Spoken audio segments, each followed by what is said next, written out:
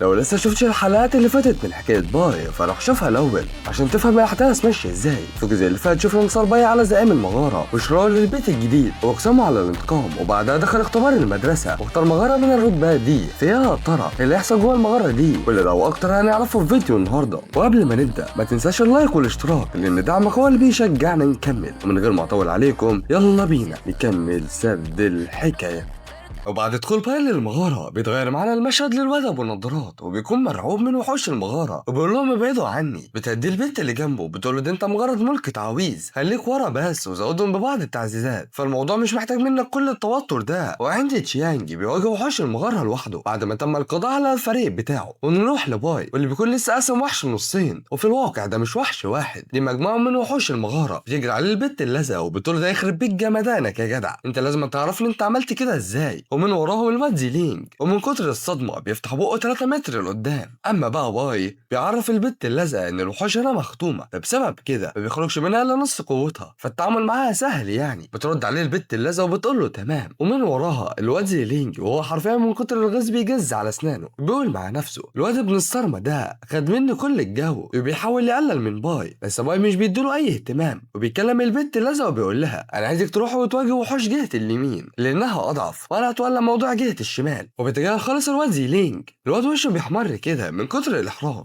يمسك سلاحه كده وشكله مش ناوي يجيبها لبره. اما بقى خارج المغاره بيكونوا الكل قاعد وبيتفرج على المجزره اللي باي عاملها، بيكونوا مصدومين كده وبيقعدوا يخمنوا باي وصل لاي مستوى عشان يخلص على كل العدد ده من وحوش المغاره. بيتكلم المدرب مع نفسه وبيقول وغير كده كمان ده اختار بنفسه وحوش جهه الشمال وساب البت اللزق تواجه وحوش جهه اليمين لانه لاحظ على تقييد العناصر، فجعل مستخدمه عنصر النبات واللي هي البت اللزقه تواجه وحوش عنصر النجوم، واللي هو يعني عنصر النبات مضاد لعنصر النجوم. ده مع انه اختبار القدره الفرديه لكن استخدم افضل توزيع ممكن للفريق، ودل ودل على الحاجه فيدل على نظرته الشامله للمكان. يعني هو ما كانش بيتفاخر لما قال يا مدرب ثق فيا، بيتبسط كده المدرب ويقول انا منتظره بفارغ الصبر اشوف النتيجه بتاعته في الاختبار. اما بقى عند باي فهو والبت اللزقه بيكونوا عاملين شغل جامد، بحيث البت اللزقه بتأيد وحوش بعنصر النبات وباي بيخلص عليهم، وبيجي هجوم من الحشره النجميه على البت اللزقه، بس البت بتستجمع قوتها وبتهجم بهجوم الجدار الكرومي وبتنجح فعلا في تقييد الحشره النجميه وبتفعل عليها تأثير السم، وبالفعل بتنجح في القضاء عليها. بيشرح لنا باي معلومه كده واللي هي ان الساحر لما يوصل للتصنيف ايه بيحصل على المهاره الاساسيه الخاصه بفئته، ومهاره البت اللزقه هي استخدام النباتات لصنع جدار مغطى بالسم، فده بيساعدها في استدراج الوحوش اللي اعلى منها في المستوى وبمحاصرتهم بالجدار والقضاء عليهم. وعند باي بيكون واقف قدام الختم المغاره وشكله كده بيفكر يفك الختم،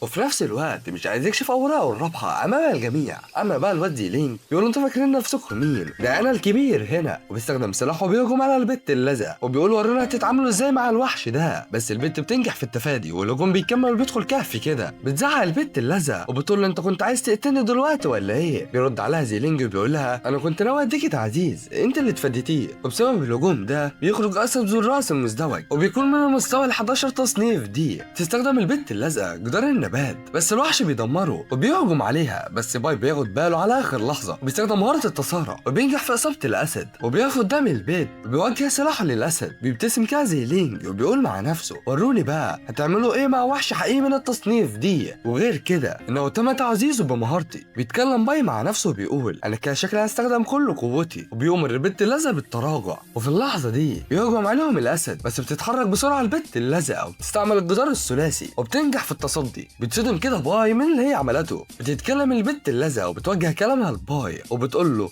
خلينا ننضم ليك في القتال ده وصدقني مش هكون عبء عليك. يرد عليها باي وبيقول لها بجد فاجئتيني، انا كنت فاكر انك هتخافي وهتسيبيني وتهربي. بيتكلم زيلينج مع نفسه وبيقول انا بس عايز اشوفكم وانتوا راجعين ليا زي الكلاب وبتطلبوا المساعده. بيتكلم باي وبيقول للبت اللزقه اسمعيني كويس، انا هتولى مهمه استدراجه وعايزك تستني اللحظه المناسبه. بتقول له مفهوم، وبيتحركوا فعلا وبيستدرج باي الوحش وبينط جوه البحيره والوحش وراه بيقرب منه جامد وخلاص هيبلعه. بيزعق باي جامد وبيقول استخدمي مهارتك حالا، وبالفعل بتستخدم مهاره الجدار النبات وبيدخل الوحش في وضع الهيجان وبيطلع باي من البحيره وبيقول المرحله الجايه هي انهاء الاختبار والحصول على اعلى درجه. بينصدم كده الواد زيلينج من اللي باي بيعمله لان وحش من العنصر النووي ومجرد جره للماء تصبح مهاراته عديمه الفعاليه، بينما قدرات عنصر النبات فقوتها بتتضاعف.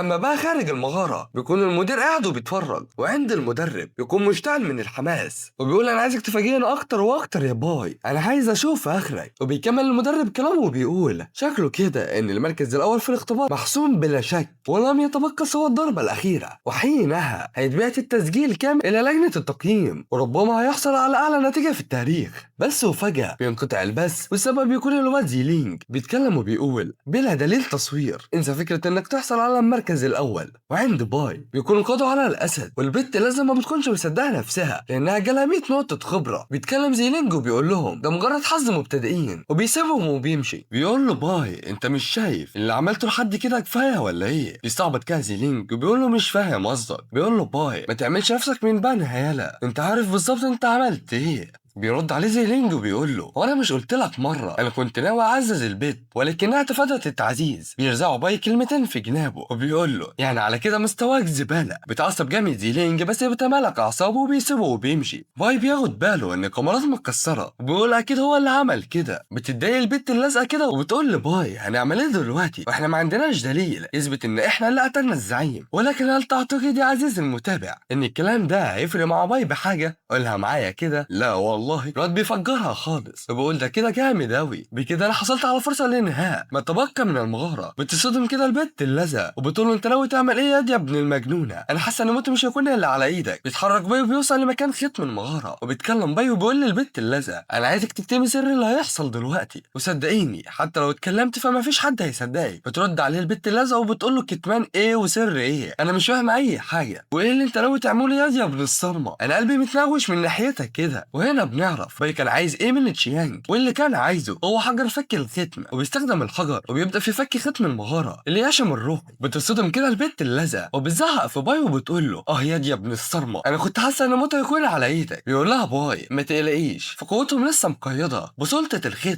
بترد عليه البت وبتقول له يا ابني هو انت عبيط؟ هنتصرف ازاي احنا الاتنين قدام هذا العدد الهائل من وحوش التصنيف دي؟ بيرد عليها باي وهو بيحرر في قوته، والبت بتصدم وما بتكونش مستوعبه ايه اللي بيحصل ده. وبيقول لها باي انا لوحدي حمله، والبت هيجي لها جلطه من اللي انا شايفاه، واللي هو ازاي انت بقيت ساحر؟ ازاي انت مهنتك اتغيرت وبقيت بمهنه ساحر؟ وبقطع باي كلامها وبيقول لها استنيني عند المخرج بس. وبيتحرر عدد هائل من الاسود والواد واقف بكل هيبه، والوحوش بتهجم على الواد بكل وحشيه، والبت بتحذر باي. ولكن هل تعتقد يا عزيزي المشاهد ان باي هيفرق معاه الوحشيه ذات نفسها؟ قولها معايا كده. لا والله البوم الواد بيبدل لمهنه الساحر، وفي جزء من الثانيه بيجمد كل الوحوش. بيمر باي البت اللزق وبيقول لها انا عايزك تفضلي الصحه دي حالا. بترد عليه البت وبتقول له علوم ينفذ يا قائد. بيهجم على باي مجموعه من الفود الناريه. بيستخدم باي مهاره التجميد الخاصه بيه وبيغير مهنته الى مهنه محارب، وبيتفادى هجوم الفهد وبيطلع فوق. بيبدل مهنته لساحر وبيستخدم هجوم التجميد وبوم احلى مسا عليه. والبنت اللزق بتكون واقفه ومش مصدقه اللي انا شايفاه، وبتقول عشان كده كان عايز يتدرب في غرفه العناصر لكي يتدرب على مقاومه العناصر لو وصل لمرحله اتقان لا تصدق. وبيهجم عليه مجموعه كبيره من الاسود، ولكن على مين؟ ده باي الجامد التنين بيجمدهم قبل ما يلمسوا الارض وبينزلوا زي المطر. والبنت اللزق بيكون شكلها واحد في حبه، ولكن فجاه بيخرج وحش مرعب حرفيا حضوره بيزلزل المكان، وبيكون هو زعيم المغاره الماموس الجحيم، وبيكون من المستوى ال 15 تصنيف دي. بيبتسم كده باي بيقول اخيرا ظهرت، ده انا كنت انام من كتر الملل يا جدع. ويبدل المهنه بتاعته لمحارب نووي، وبينط وبينزل يفرتك دماغه وبيسبب له اصابه حرجه. بيبعد عنه والزعيم بيستغل الفرصه دي وبيحاول يهجم عليه، ولكن على مين؟ ده باي الجامد تنين بينط عليه وبيبدا تشريح وبيقطع رجل الماموس وبينزل على الارض وبيجمع قوته وبيستعمل مهاره الهيمنه وبيخلص عليه وعلى جميع الوحوش اللي كان مجمدهم. وبعد القتال دي بتظهر وبيجيله ناب اليشم، ودي ماده اساسيه لصناعه سيف اللهب. وبيجيله كمان حجر الملك المستجيب، وده زوج من الاحجار اليشم، وده كان هدفه الرئيسي لدخول المغاره. وكمان بيعلى بالمستوى وبيوصل للمستوى 13 من التصنيف دي في مهنه المحارب. اما بقى بخصوص مهنه الساحر بيوصل فيها للمستوى ال 11 من التصنيف دي. كمان بيتطور لقب 1 ضد 100 الى السد المنيع،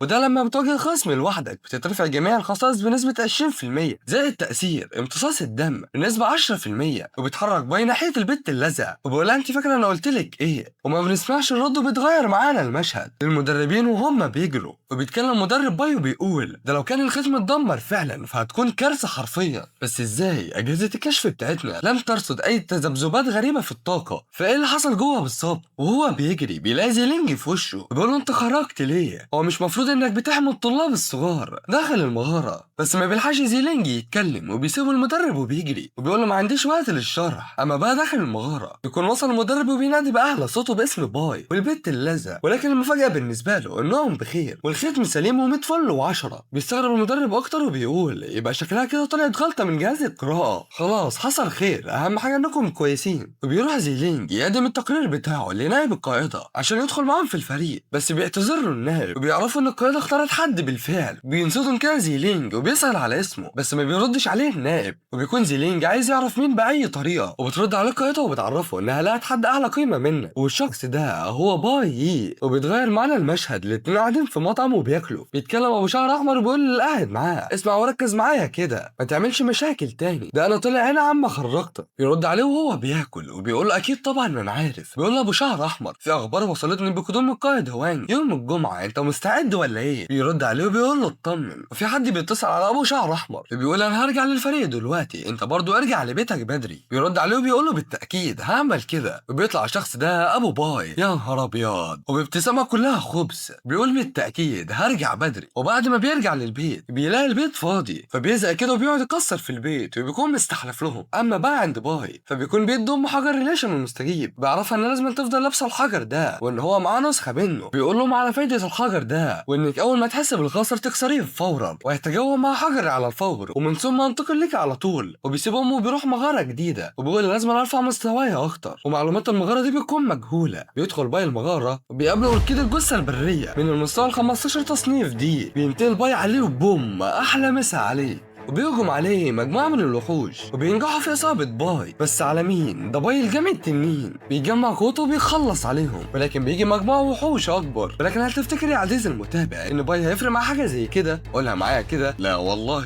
بيمسك زفه وبيقول شوية حشرات زيكم هيعملوا إيه أمام حضرتي، وبيخلص عليهم باستخدام الهيمنة. الواد بينزل على الأرض وهالته بتجتاح المكان وبيبص على الزعيم وبيقول له دلوقتي جه دورك، وبيختفي الزعيم وبيظهر قدام باي وبيجمع قوته في إيده وبيهجم على باي. ولكن على مين؟ الواد بيستجمع قوته هو كمان وبيقدر يقطع ايد الزعيم. بيبتسم كده الزعيم وبيقول مثير للاهتمام، بيستعمل مهارة الشفاء الذاتي وايد الزعيم بتتشفي فورا. بينصدم باي من سرعة الشفاء دي والزعيم بيخبط ايده في الارض وبيستدعى مجموعة من الوحوش. بيتشتت باي وبيستغل الزعيم التشتت ده وبالفعل بيقدر يخترق باي. الواد ما بيكونش قادر يستحمل كمية الألم دي، واللي بيصدمه اكتر انهم بيطلعوا زعيمين. الواد بيقدر يبعد عن الزعيم وبيحاول يجمع قوته وبيقدر يخلص على اي وحوش بتهجم عليه، وبيلاقي مكان الزعيمين. بس المشكله انهم مستخبيين ورا الوحوش دول، ولكن باي ما بيفرقش معاه الكلام ده وبيهجم عليهم وفعلا بينجح في القضاء عليهم. وبيكمل في وشه لحد لما بيوصل قدام الزعيم التاني وبوم بيسدد له ضربه حرجه. ولكن الزعيم الاول بيستعمل مهاره الشفاء على الزعيم التاني. بيفكر باي كده وبيحاول يطلع بحل،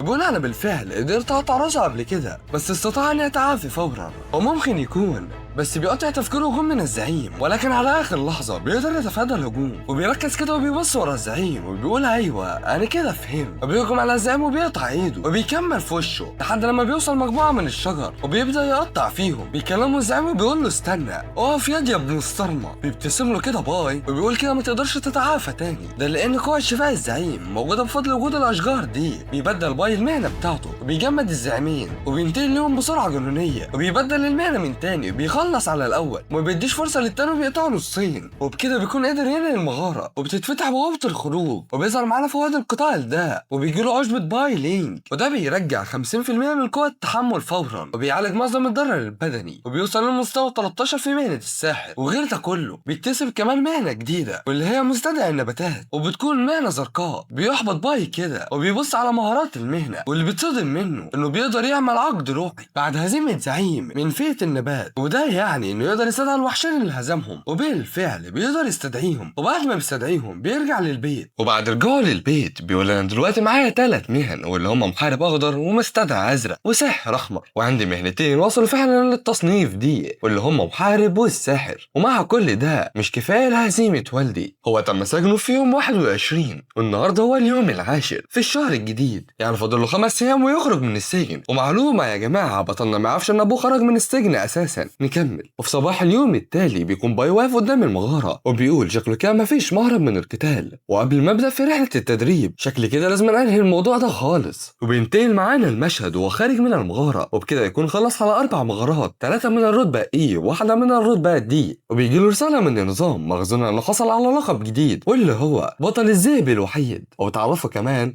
عشان انت قدرت تخلص على 20 مغاره ما بيقلوش عن مستواك. حصلت على مفتاح البطل، وبعد استيفاء الشروط تقدر تفتح برج المحارب، والشروط دي انك توصل بالمستوى المهني بتاعك الى التصنيف بي. وبتغير معانا المشهد لداخل المدرسه، والمعلمه بتاعتهم بتكلمهم وبتعرفهم بظهور نتائج الاختبار، وبتزعق باعلى صوتها وبتقول وحصل كل من باي والبت اللزق من صفنا على المركزين الاول والثاني على مستوى المدرسه، وتم ارسال تسجيل باي الى المقر الرئيسي لتحليله بعنايه. وفي النهايه تم تقييمه على انه اعلى نتيجه في التاريخ، ولذلك فقد حصلوا معا الى اهليه المشاركه في رحله التدريب. وبسبب اداء باي المميز فسيحصل لنا ايضا على شرف مقابله النقابه المقدسه، وبتكون البت اللازقه مصدومه ومش مستوعبه اللي بيتقال. ولكن بطلنا كل اللي كان فارق معاه انه ما كانش متوقع ان يتمكن من رؤيه اولئك الاشخاص بالسرعه دي. وطبعا باقي الفصل ما بيكونش مستوعب ازاي باي هيروح يقابل اعضاء النقابه المقدسه بالسهوله دي. وبيقولوا كمان ده حتى الكهنه ما بيكلهمش شرف مقابله اعضاء النقابه المقدسه. بيجري كده صاحب باي بيتنحك فيه،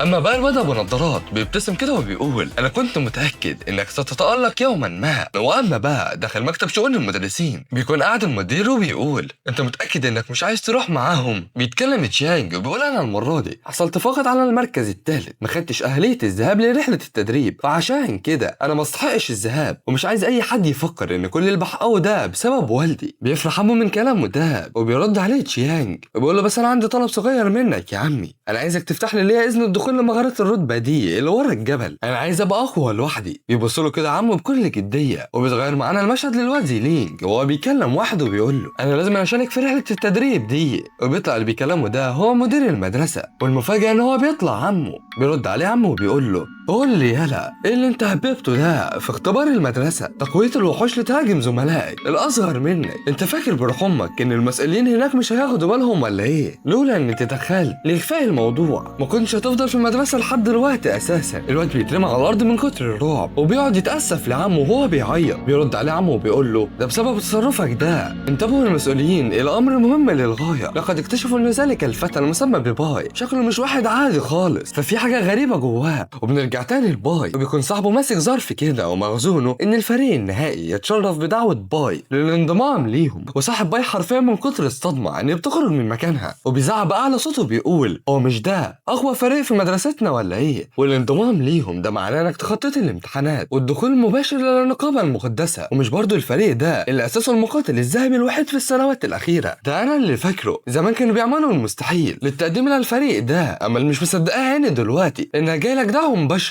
واد يا باي انا فخور بيك ياض. بيقوم باي وبينتش منه الجواب ده وبيتحرك ناحيه الزباله وبيرميه وبيقول لهم انا مش مهتم اساسا بالكلام الفارغ ده. بيقعد صاحب باي جنب الجواب اللي اترمى في الزباله وبيقول يا ريتني انا اللي كان جالي الدعوه دي. اما بقى باي بيروح لتشيانج بعد ما تم فتح صلاحيات المغاره تصنيف دي، بيقول له تشيانج انت مستني ايه؟ ادخل يلا. بيرد عليه باي وبيقول له المغارات التصنيف دي هتكون صعبه عليك، انا انصحك بالدخول لمغارات الرتبه ايه، هتكون كويس على قد مستواك. بيسكتوا تشيانج وبيقول لي يا عم اسكت شويه، عرفنا قد ايه انت جامد، انا مش هكون عيب عليك يا حبيبي. بيتكلم باي مع نفسه بيقول انا وفيت اوريت تقنيات القتال العملي عشان اساعده في التطور، وفي المقابل يساعدنا على حصول صلاحيه الدخول بتاعه المغاره دي. انا بصراحه مصدوم من فكره انه قدر يحصل على جميع صلاحيات الدخول الا مغاره التصنيف دي، وداخل المغاره بيكون باي مبدع حرفيا. اما عند تشيانج فبيكون واضح عليه انه مفشوخ وبيقول له باي ايه يا معلم محتاج مساعده ولا ايه؟ بيرد عليه تشيانج وبيقول له لا شكرا انا اقدر اهزمهم لوحدي. بيتكلم باي وبيقول انا كده خلصت على كل المغارات البريه اللي اقدر احصل عليها، وبكده ما بيكونش فاضل غير المغارات التابعه للمدرسه، ودي طريقه الوحيده للترقيه حاليا. وبتقعد تعدي الايام وهما الاثنين بيتدربوا لحد ما اخيرا تشيانج بيوصل للتصنيف دي. اما بقى بطلنا باي فبيكون بيكون وصل للتصنيف سي في مهنة المحارب، وبيقول انا بقوتي دي اقدر اقول اني اقدر اهزمه. وفي مساء اليوم اللي بعده بتكون ام باي بتهزر معاها شويه وبتقول له شايفاك مشغول اليومين دول، اوعى بتكون بتصاحب بنات ولا حاجه. بيرد عليها باي وبيقول لها مفيش من الكلام ده يا ست الكل. ترد على امه وبتقول له يبقى شكلك كده كنت بتسهر انت واصحابك في الليالي اللي فاتت دي. بيرد عليها باي وبيقول لها هو ليه واخد عني فكره وحشه كده؟ بتقول له امه من الطبيعي انك تعجب بفتاه ما وان كنت تحب من يلفت انتباهك، فلو حبيت واحده بجد ما تستناش لحد ما تفقد الفرصه. بيفتكر باي كده ذكرياته مع البت آن لي من حياته اللي فاتت، وبيزعل كده وبيقول في حياتي اللي فاتت قابلت آن لي بعد ان انقذني المعلم من سجن الموت، واتقابلنا في مملكه سانت هي وانا اصلا ما اعرفش مكانها دلوقتي. ففي الحياه دي من الصعب ان نلتقي مجددا، وغير كده فانا الوحيد اللي بيحتفظ بذكريات الماضي، يعني حتى لو التقينا فلن يكون بيننا اي ارتباط بعد الان. اما بعد قائده الفريق النهائي بيجي لها اشعار من النائب بتاعها وبيعرفها ان باي ما ردش عليهم وشكله كده مش مهتم بالانضمام الينا. بتتحمس كده القائده اكتر وبتقول شكلي كده لازم اروح بنفسي. وفي اليوم اللي بعده بيكون عيد ميلاد بطلنا، وبتكون امه مجهزه له هديه كده. بيفتحها باي بيلاقي رساله من امه مخزونها اتمنى لابني العزيز السعاده الدائمه وان يملك الشجاعه ليعيش حياته التي يختارها بنفسه. وبيكون سايبه له وشاح. بيستغرب باي لان الصيف على الابواب، فاليوم جايبه له وشاح. بيسكت كده وبيوجه كلامه لامه وبيقول لها يا امي هو انت عارفه ان خلاص رايح لمملكه سانت هي؟ بترد امه عليه وبتقول له هو في حاجه تستخبى عليا برضه ولا ايه؟ اهم حاجه تخلي بالك على نفسك وما تقلقش عليا، انا برضه هعتني بنفسي. وبتكمل كلامها وبتقول له بما ان النهارده عيد ميلادك فما تنساش تعزم كل اصحابك. بيتنهد باي وبيقول لها هو انا مش قلت لك قبل كده ان ما عنديش صحاب؟ واما بقى داخل المدرسه بيكون صاحبه جايب له هديه كده وبيقول له ايه رايك؟ بيشكره باي. وبيجي الواد ابو نضارات وبيقول له يا ابني الهبل اللي انت جايبه له ده وسع كده وشوف الهدايا اللي بجد. وبيكون جايب لباي الفيلم المفضل ليه. بيفرح باي بالهديه دي وبيفتكر ذكرياته مع الواد ابو نضارات لما كانوا بيهربوا من المدرسه وبيروحوا يسمعوا الفيلم. بيشكره باي وبتيجي البت اللزق وتدي له هديه هي كمان، بس الهديه بتاعتها بيكون سلاح من التصنيف ايه. وحرفيا صحاب باي لما بيشوفوا الهديه دي عينهم بتبظ عليها، وبيكون ده سلاح لمهنه السحر. بيصدم باي من قيمه الهديه وبيقول لها انا ما اقدرش اقبل حاجه زي كده. بترد عليه البت اللزق وبتقول له يا شيخ خدها وانت ساكت، ده انا اللي مش عارف اشكرك ازاي، ده لو ما كنتش انت بتساعدني في الاختبار فكان من المستحيل عليا المشاركه في رحله التدريب دي، ودي يعني حاجه بسيطه بالنسبه لعائلتي ومن المفروض انها تكون مفيده ليه. بيفتكر باي انها شافته بمهنه السحر وانه كان معاه سلاح رديء وبيشكرها على الهديه القيمه دي. وبيقول مع نفسه انا ما كنتش متوقع انهم جميعا ما زالوا يتذكرون عيد ميلادي ومجهزين لي هدايا. انا كنت ناوي في الاصل مغادره هذا المكان من غير ما انشئ اي روابط او تشابكات معهم، بس الموضوع كده احنا نجهز وليمه بقى. وبقول لهم الاكل النهارده على حسابها يا رجاله ومش عايز حد يقول انا مش فاضي، انا بس اللي بقول كده. طبعا الكل بيفرح والواد صاحب باي بيقول له هو انا اقدر اختار المكان ولا ايه؟ ولكن بيكون في دوشه جامده قوي من بره الفصل، وسبب الدوشه دي ان قائد الفريق النهائي جاي بنفسه لدعوه باي للانضمام ليهم. وبيقوم باي من مكانه وبيقول افضل حاجه رفض الدعوه وجها لوجه، وبيخرج بره الفصل. واللي بيكون واقف بره الفصل الواد زيلينج، وحرفيا الواد عمال يغلي لانه تم رفضه. ودلوقتي القائده جايه بنفسها عشان تدعي باي للانضمام، ولكن في موجه كهرباء بتظهر فجاه وبتجتاح المكان. في هجوم صاروخي متجه ناحيه باي، وحرفيا كل الطلاب بيطيروا بسبب الهجوم ده. ولكن هل تعتقد يا عزيزي المتابع ان باي هيفرق معاه حاجه زي كده وانا معايا كده؟ لا والله. الواد بيقف في وش الهجوم كده وبيقول خداع بصري، انت هتهزر معايا ولا ايه؟ وبيجهز سلاحه وبيصد هجومه. بتبتسم القائده كده وبتقول رد فعل سريع جدا، انا شكلي كده ما اخترتش الشخص الغلط. والصدمه بالنسبه لباي بتطلع البت آن لي بتتكلم وبتقول لباي ايه يا عم لازم اجيب نفسي يعني. ولكن باي بيجري وبياخدها بالحضن وبيقولها مره وقت طويل جدا منذ اخر لقاء بيننا يا آن لي.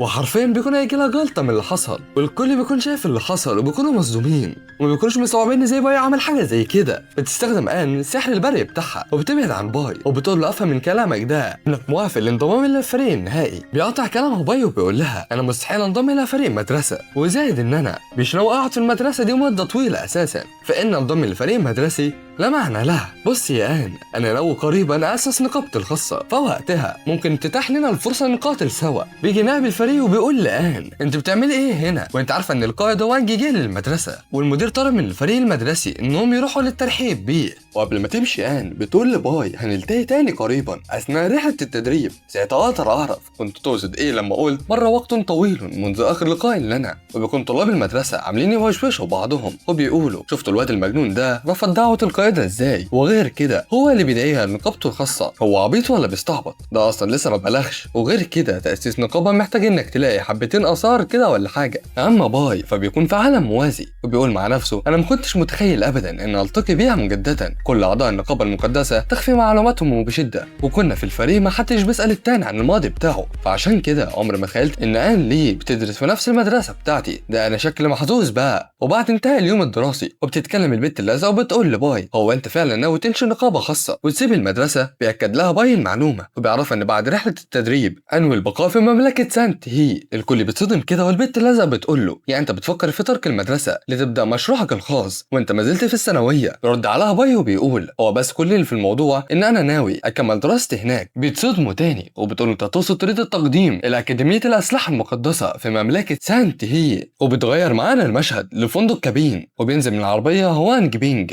قائد في النقابه المقدسه، والكل بيرحب بيه وبيدخل الفندق واللي بيكون واقف جوه ابو باي وصاحبه. ونائب القائد بيزعق مع صاحب ابو باي وبيقول له انت اتجننت يالا ولا ايه؟ ازاي خرجت الراجل ده من السجن وكمان جايبه عشان يرحب بالقائد؟ بيقطع كلامه وبيقول له ايه ده شويه، هو كل اللي في الموضوع انه دفع كفاله وكل شيء تم الموافقه عليه من خلال القائد، وما تنساش انه لم يطرد من النقابه سواء بسبب حادث بسيط. يعني ايه اللي هيحصل يعني؟ ده غير كده لقد جلب كل ما يملكه معه المره دي حتى بلوراته السحريه. ولكن في صوت بيهز المكان والقائد بيتكلم وبيقول مين اللي سمح للكلاب بدخول الفندق؟ بيرد عليه ابو باي وبيتاسف وبيوطي عشان يجيب البلورات، ولكن القائد بيمسكه وبيقول له اسمع ياض يا ابن الصرمه، ده ايه اللي تملكه من سلطه وقدرات تخليك تتجرأ على شراء منصب مني؟ وبيأمر الكل وبيقول لهم من دلوقتي لا يسمح لاي منكم ان يدع هذا الكلب الحقير ينضم الى الفريق. طبعا ابو باي بيتجن جنونه وبيخرج من الفندق وبيقابل ام باي في وشه، وام باي اول لما بتشوفه بتترعب يا عيني. بيقول لها ايه شفت عفريت قدامك ولا ايه؟ وبيلاحظ الاسوره اللي باي كان مديها لها، بيضحك كده وبيقول انا مش مستغرب ازاي قدرت تستأجري بيت بالروعه دي ايتها العاهره. بيهجم عليها ولكن بيخرج من الاسوار الزاعمين اللي باي روضهم وبيحموها. بتصدم كده ام باي وبتفتكر ان الاسوار ده باي كان اداهولها بمناسبه عيد ميلادها، وكان قال لها ما انا اكون مش معاكي لازم تفضلي لابساه. واما عند الزعيمين فبيكونوا مستمرين في الهجوم على ابو باي. بيبتسم كده ابو باي وبيتغير معانا المشهد لباي بعد ما حس بتذبذبات طاقه غير اعتياديه خارجه من الحجر اليشب.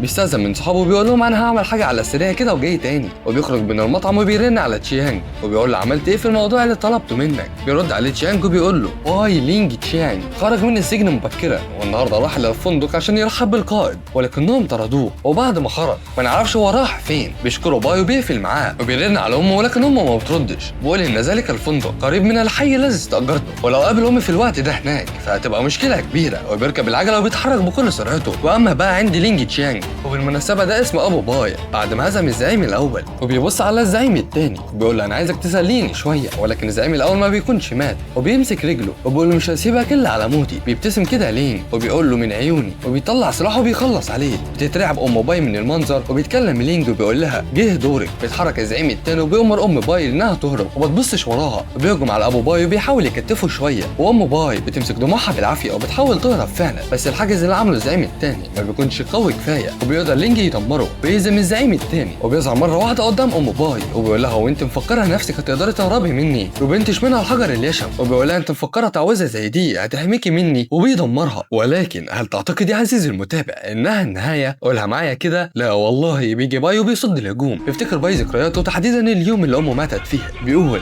كانت تلك اول عطله نهايه اسبوع ليا في الصف الاول، غدتني امي للملاهي طول اليوم لكنها نسيت تعرف ابويا. اما هو فقد خرج للبحث عن العمل طول اليوم ولكنه فشل، لذا عندما عاد صب كل غضبه علينا وخلص على امي. وبسبب الصدمه تعرضت لصحوه تانية، وفي اللحظه اللي قلبت كل الموازين وارتقيت من رتبه برونز الى بلاتيني، وساعتها فقدت السيطره على نفسي وخلصت عليه. ولكن ما الفائده؟ فده مش هيرجع امي للحياه من تاني. اما بقى في الحاضر لانه تاخر مجددا وبيكسر سلاح لينج. بيستغرب كده لينج وبيقول له انا كنت بتساءل برضه مني الاهمل اللي مش هيميز خصمه، فاتضح انه انت. حسنا حسنا، شكلي كده هخلص عليك انت وامك. ولكن على مين؟ ده باي الجامد التنين بيصد هجومه وبيرميه بعيد. وبيلاحظ لينج الخنجر وبيقول يعني انت اللي سرقته، وبيصحي باي الزعيمين من تاني وبيقول لهم انا سيب حمايه عليكم. بيضحك كده ابو باي وبيقول بمعنى اخر انت من النادرين الذين يمتلكون عنصرين مزدوجين، مقاتل نووي ومستدعي، وبهذا العمر الصغير لا عجب انك استيقظت على مهنتين ممتازين. وبيتحرك ناحيه باي بيقول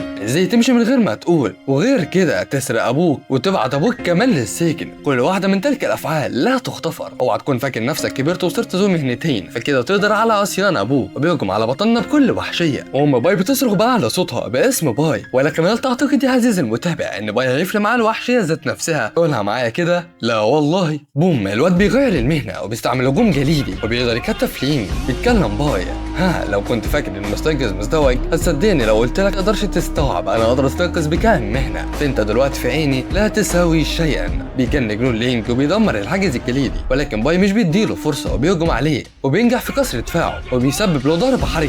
بينصدم من اللي حصل وبيقول باي: اعتبارا من اليوم لن نعود اب وابن. بيقوم لينج وبيحاول يهجم على باي، ولكن باي بيقدر يضربه ويرميه بعيد وبيضربه البوكس اللي بيزلزل المكان وبينهار عليه بوابل من الضربات. وطبعا لينج ما بيكونش مستوعب ازاي هو بيحصل فيه كده، مع انه من التصنيف سي بفئه حمراء. بيمسكوا باي من دماغه وبيقول له: انت ما سمعتش انا قلت ايه؟ ولو ما سمعتش انا هسمعك تاني. على مدار أكتر من 10 سنين كنت تمارس عنفك مرارا وتكرارا وتحاول إثبات مكانتك في البيت بالقوة وحدها، لكنك ببساطة لا تملك الشجاعة لمواجهة من هم أقوى منك في الخارج. أنت مجرد حسالة وبيرزعوا في الأرض. بيتكلم لينج وبيقول: استنى بس، أنا على الأقل من أنجبك ورباك، أنا عايزك بس تفتكر إن في صلة دم ما بيننا. بيرد عليه باي وبيقول له: ما افتكرتهاش أنت ليه لما كنت بتضربنا؟ ده حتى لما كان عمري 7 سنين مسكتني من وداني وكسرت بيا الجدار، ولكن مهما بكيت واسترحمتك ما وقفتش برضه، وده حتى لما تمزقت اذناي لم تتركها. كم مره ضربت امي منذ ولادتي حتى الان؟ اي شهر عدى من غير ان تذهب فيه الى المستشفى؟ ده لو ما عجبكش الاكل بتضرب، وان خلفتك الراي بتضرب، ولو رجعت البيت زهقان بتضرب برضه. طول ما انت معانا ما عشناش يوم واحد بسلام، ودلوقتي جاي بتتكلم عن صله الدم؟ انت هتهزر معايا ولا ايه؟ انت بالذات ما تتكلمش عن الرحمه. وباي بيجمع كل قوته وبيستعمل مهاره الهيمنه، الارض النقيه، ولكن بتوقف امه على اخر لحظه. بيتصدم كده باي لان اول مره يسمع صوت امه، وبتكون دي مهاره بتاعه الزعيم بحيث ينقل صوت امه. بتكلمه امه وبتقول له: اسمعني كويس يا باي، انا عارفه قد ايه هو غلط، بس مش عايزاك تكون زيه. وهو دلوقتي فقد كل الفخر اللي كان بيتفاخر بيه، ومن الآن فصاعدا فسيعيش كل يوم في ندم، وده هيكون أعظم عقاب ليه. بيرد عليها باي وبيقول لها: ما هو كان هيقتلنا يا أمي. بترد عليه أمه وبتقول له: يا ابني أنا مش عايزك تصير زيه في المستقبل، وغير كده أنا مش عايزة أشوفك عايش تحت ظل دانس. بيرد عليها باي وبيقول لها: خلاص أنا فهمت يا أمي، أنا خلاص مش هقتله، بس هستخدم عليه حاجة كده. وبيستعمل مهارة الحكم المزدوج، ودي بتستخدم في حالة اقتراب العدو من الموت لتبطل إنقاذ الخصم. وبيقول باي: يا لينج أنا بطلت قوتك من الآن وصاعدا، لم تعد مستيقظا من الآن، أنا مش عايز أشوف وشك في المدينة من تاني. أنا هخلي الزعيمان يفتكروا رائحتك كويس، وإذا اقتربت مجددا على الأقل من 3 كيلومتر من المنطقة اللي احنا فيها صدقني ما عنديش أي مشكلة في القضاء عليه وأقضي بقى حياتي في السجن. وبعد ما رجعوا للبيت بيتكلم باي وبيحمد ربنا إنه وصل في الوقت المناسب. بترد عليهم وبتقول له: أنا بخير. بيرد عليها باي بيقول لها: لا لا، ده غير مقبول، انت كنت على وشك الموت، انا هحاول اجيب كمان حجر يشو. بس لحظه، هو انت اتكلمت دلوقتي ولا انا بيتهيالي؟ ده مش تخاطر ذهني، والاتنين مش بيكونوا مستوعبين اللي حصل. بيرد عليه الزعيم وبيقول له انه قدر يعالج الاحبال الصوتيه بتاعه ام باي. وبعد عده ايام بيتكلم باي مع الزعيمين وبيعرفوا انه خلاص هيمشي بكره، وانه جاب حجر اليشم جديد لامه ودفع ايجار البيت، وانه يسيب حمايه امه عليهم. اما الزعيمين فبيكونوا زعلانين ومش عايزين باي يمشي. بيتكلم باي وبيقول: انا امي عارفه ان انا رايح رحله تدريب، ولكنها ما تعرفش انني لم اعد ذلك الشخص اللي هي فاكراه، فانا بحمل على كاهلي ترى هي لم افر من مواجهتها. ودلوقتي حصلت على تذكره المؤديه الى مملكه سانت هي، وهو موجود هناك، ودي هتكون افضل فرصه ليا. انا مش عارف اذا كنت هنجح ولا هرجع عايش اصلا، يمكن تكون تذكره باتجاه واحد، ولا بد لي من ركوب هذا القطار. فيا ترى ايه اللي هيحصل بعد كده؟ وهل باي هيوصل مملكه سانت هي بسلام، ولا في مغامرات هياخدها في طريقه؟ كل ده واكتر هنعرفه في الاجزاء اللي جايه، فما تنساش تفعل زرار الجرس عشان اول ما الجزء الجديد ينزل تكون من اوائل الناس اللي تشوفه. وسلام سلام سلام.